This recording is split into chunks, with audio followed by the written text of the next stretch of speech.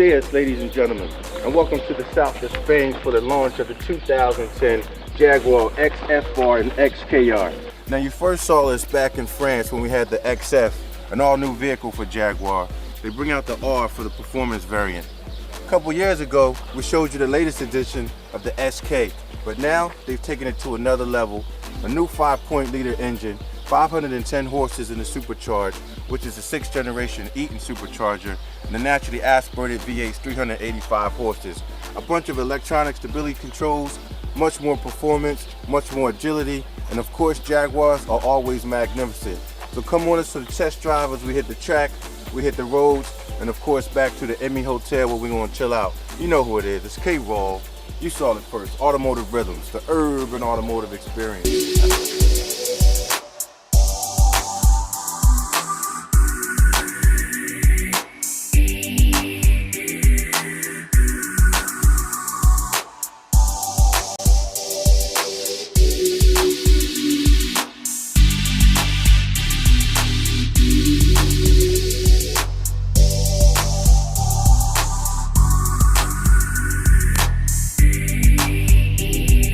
Mr. President, thanks for joining us today. My pleasure, Automotive sir. Rhythms.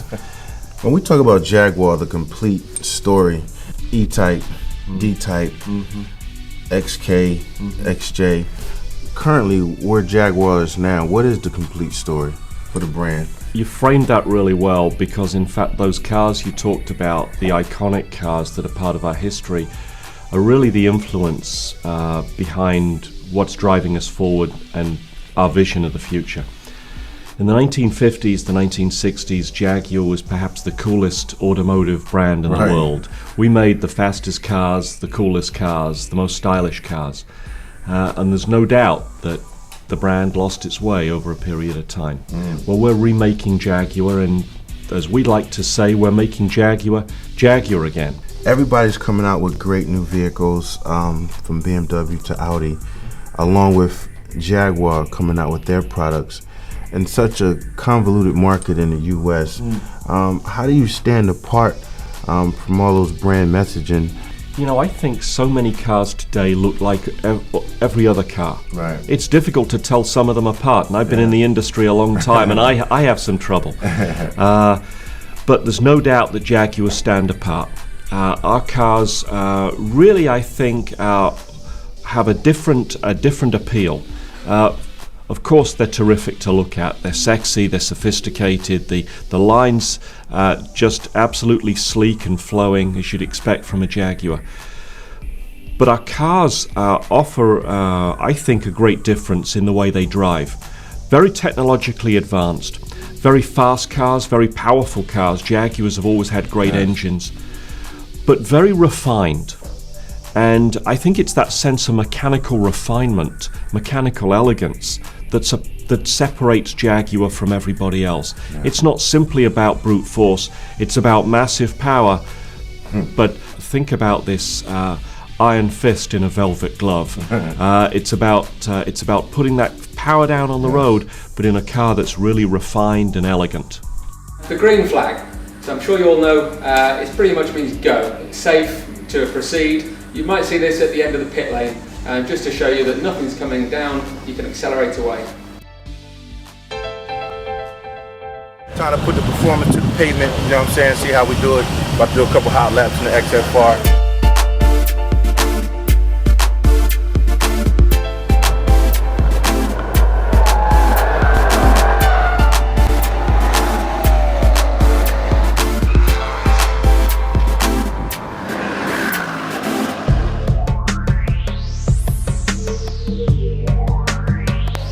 Now, when it comes to the performance of the XK and XKR, Jaguar made sure that their state-of-the-art technology meets the design and the style of the vehicle. So what we have here, you can put the vehicle in sport mode, which holds the gears longer and allows easier downshifts. The default mode is always on. You turn the car on, off, it's on DSC. So what that basically does is control oversteer and understeer. Now my track mode, it allows the car to perform a little bit more for enthusiastic drivers, so it intervenes later. Then I go down here to ASL. It's basically a speed limiter system. Make sure you guys don't get out on flags. And then lastly, what I have here is my dynamic mode, and in dynamic mode, the gears are held, and that means you can control them yourself through the paddle shifting, and it won't upshift or downshift until you do it yourself. It also delivers more torque, and lastly, it has a beautiful exhaust note. So Jaguar is really making sure that not only is the vehicle stately, but the performance attribute meets today's top performance vehicles.